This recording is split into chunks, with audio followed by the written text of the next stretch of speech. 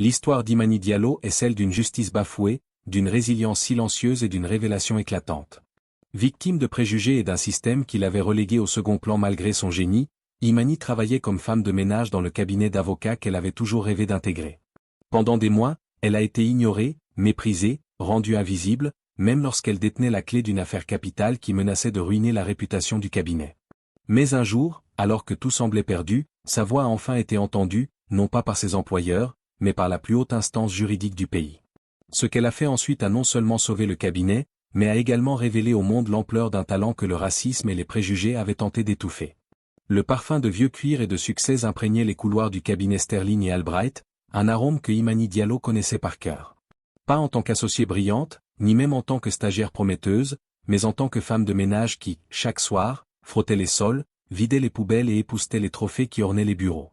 Chacun de ces trophées, chaque diplôme encadré, était un rappel silencieux de ce qui aurait pu être, de ce qui aurait dû être. Imani n'avait que 28 ans, mais ses yeux portaient le poids de rêves brisés et de promesses inachevées. Elle avait été la major de sa promotion à la faculté de droit, une étoile montante avec une mémoire photographique pour les jurisprudences et une acuité juridique rarement égalée. Son mémoire de fin d'études sur le droit international des brevets avait été salué comme révolutionnaire. Pourtant, un incident malheureux, une accusation non fondée de vol dans une bibliothèque universitaire, un profilage racial déguisé en malentendu, comme elle le savait pertinemment, avait entaché son dossier. Malgré l'absence de preuves et le retrait des accusations, l'ombre du doute planait. Les portes des grands cabinets s'étaient fermées, une à une. Son diplôme, jadis source de fierté, était devenu un fardeau, un rappel ironique de l'ironie du destin. Elle avait finalement accepté ce travail de nuit chez Sterling et Albright, un des cabinets les plus prestigieux de la ville. Le paradoxe était cruel, nettoyer les bureaux où d'autres réalisaient les ambitions qui lui étaient refusées. Chaque soir, elle était invisible. Les avocats, s'attardant sur leur dossier, la traversaient du regard, ou la gratifiaient d'un haussement de sourcils poli mais distant. Elle était la dame de ménage, un rôle social qui effaçait toute autre identité, toute autre compétence. Ce soir-là, Imani était dans le bureau d'Arthur Sterling, l'un des partenaires fondateurs. La lumière faible du réverbère à travers la fenêtre illuminait des piles de documents dispersés sur son immense bureau en acajou. Sterling, un homme à la chevelure argentée et à l'aura d'autorité incontestable, était plongé dans une conversation téléphonique animée, sa voix empreinte d'une tension palpable. Imani, habitué à ignorer les conversations, ne put s'empêcher de prêter l'oreille. Le nom Ater Dynamics résonna plusieurs fois. C'était le client le plus important du cabinet, une entreprise technologique innovante, et leur cas contre Omnitech Solutions était la conversation de tous les couloirs depuis des semaines. Il s'agissait d'une affaire de violation de brevets portant sur une technologie de cryptographie quantique, un domaine d'une complexité extrême. Non, je vous dis, l'article 3.7 du contrat de licence initiale est notre talon d'Achille, dit Sterling dans le téléphone, sa voix grave. Ils ont trouvé une faille. Une interprétation alternative qui démantèle notre argument principal sur la clause de non-concurrence post-licence. Comment avons-nous pu manquer ça? Albright est en train de s'arracher les cheveux. Imani figea son mouvement, l'éponge à la main. L'article 3.7. Elle l'avait lu. Non pas en fouinant intentionnellement, mais en époussetant les piles de documents laissés ouverts sur les bureaux, son œil avait inévitablement balayé les textes juridiques, et sa mémoire avait tout enregistré.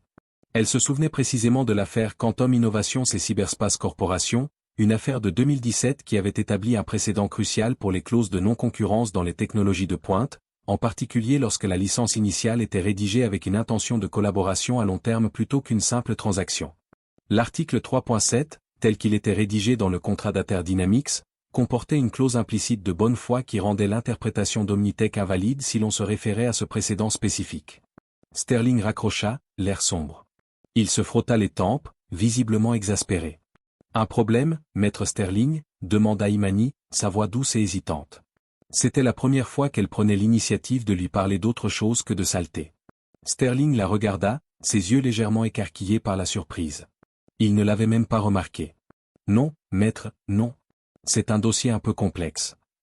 Il agita la main, un geste de renvoi poli. Rien qui vous concerne. L'affaire Ater Dynamics, osa Imani, son cœur battant un peu plus vite. Avec l'article 3.7 sur la non-concurrence.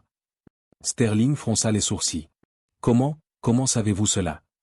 J'ai vu les documents, répondit Imani, sentant la gêne monter. J'ai aussi une connaissance de l'affaire Quantum Innovations et Cyberspace Corporation. Le précédent pourrait être utile pour l'interprétation de la bonne foi. Un silence lourd plana. Sterling la regarda, un mélange de perplexité et d'incrédulité sur son visage. Quantum Innovation? Quelle bonne foi? Madame Diallo, je vous remercie pour votre zèle, mais ces affaires sont un peu plus complexes que ce qu'on peut lire en passant l'aspirateur. La phrase, bien que dite sans malice apparente, transperça Imani comme un couteau. Elle sentit ses joues rougir. Bien sûr, maître Sterling. Excusez mon intrusion.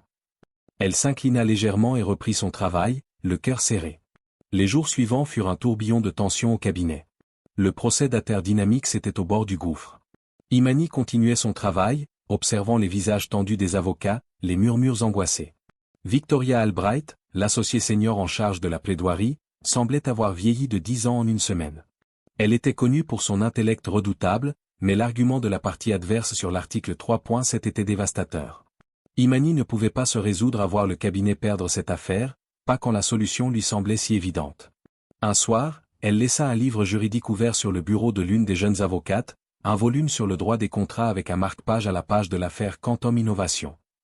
Le lendemain, le livre avait été refermé, le marque-page ignoré.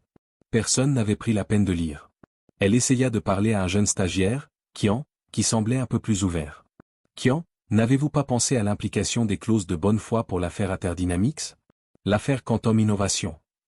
Kian la coupa, le regard gêné. Imani, vraiment, je ne pense pas que ce soit votre domaine. Le maître Sterling ne serait pas content si vous vous mêliez de cela. Son regard esquiva le sien, un mélange de pitié et de dédain. La date fatidique de l'audience devant la cour d'appel approchait. La rumeur courait que Sterling et Albright allaient subir une défaite cuisante, ce qui entacherait leur réputation bâtie sur des décennies de victoires. La nuit précédant l'audience, Imani trouva Victoria Albright seule dans son bureau, les mains enfouies dans sa chevelure bouclée, des dossiers éparpillés autour d'elle comme les débris d'un naufrage. Des larmes de frustration brillaient dans ses yeux. « Je n'y arrive pas, Imani, murmura Albright, la voix rauque.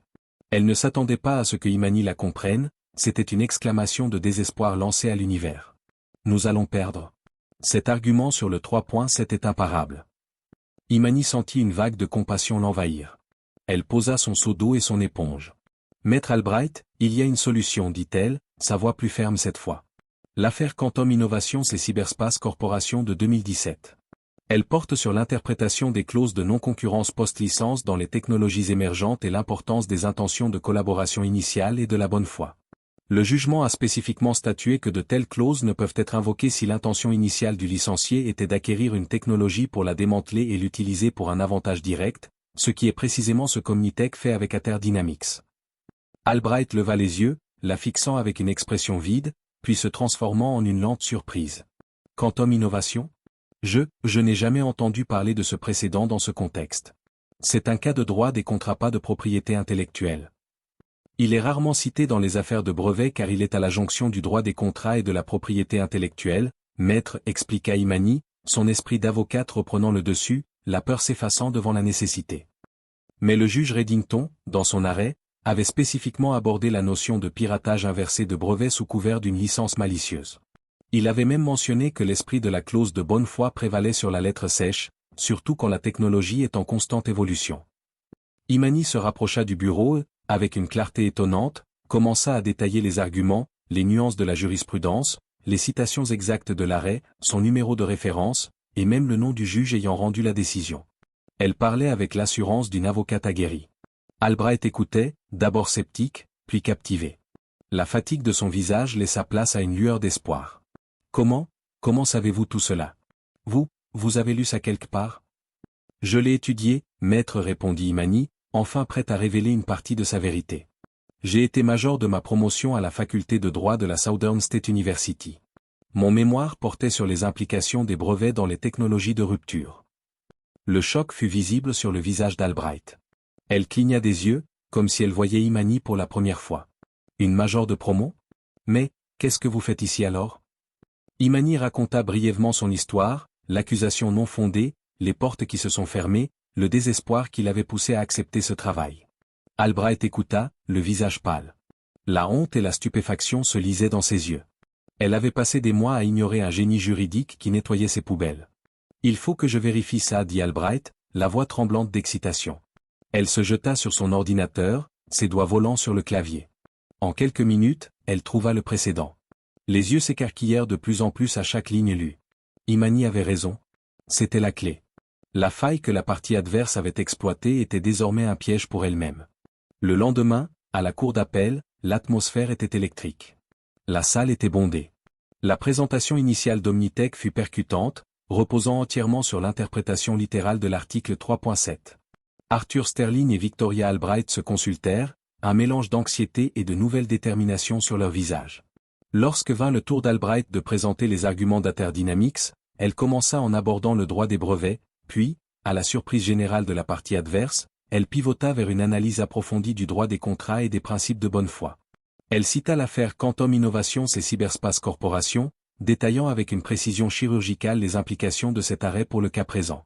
Elle parla avec une ferveur renouvelée, citant des passages spécifiques du jugement, analysant les motivations derrière la licence originale d'Atterdynamics et prouvant la mauvaise foi d'Omnitech. Le visage de l'avocat d'Omnitech se décomposa. Il n'avait manifestement jamais anticipé cet angle d'attaque. Le juge, un homme d'une grande sagesse, écouta attentivement. À la fin de la plaidoirie d'Albright, il demanda une suspension d'audience d'1 heure pour examiner les nouveaux éléments apportés. Pendant cette heure, le suspense était insoutenable. Au retour du juge, son verdict tomba. Il valida l'argumentation de Sterling et Albright, citant le précédent Quantum Innovation comme étant décisif et brillant dans son application au droit des technologies modernes. Il annonça que l'affaire était renvoyée devant une juridiction inférieure avec des directives claires, donnant un avantage certain à Atterdynamics. C'était une victoire retentissante. De retour au cabinet, l'euphorie était palpable. Les avocats se félicitaient mutuellement.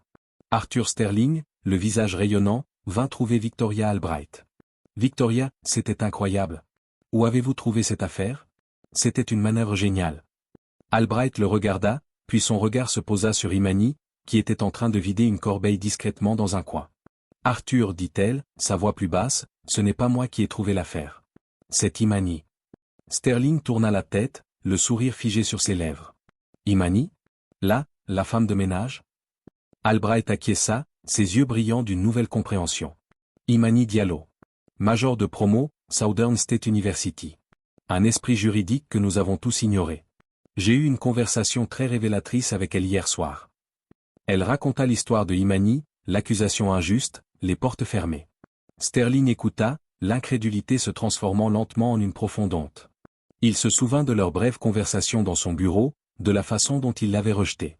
Il avait non seulement ignoré sa compétence, mais il l'avait rabaissée en raison de son apparence et de sa fonction. Il s'approcha d'Imani, qui le regardait avec un mélange d'appréhension et de dignité. « Madame Diallo, commença-t-il, sa voix moins assurée que d'habitude. Je suis profondément désolé. Nous vous avons sous-estimé. Votre perspicacité a sauvé cette affaire, et la réputation de notre cabinet.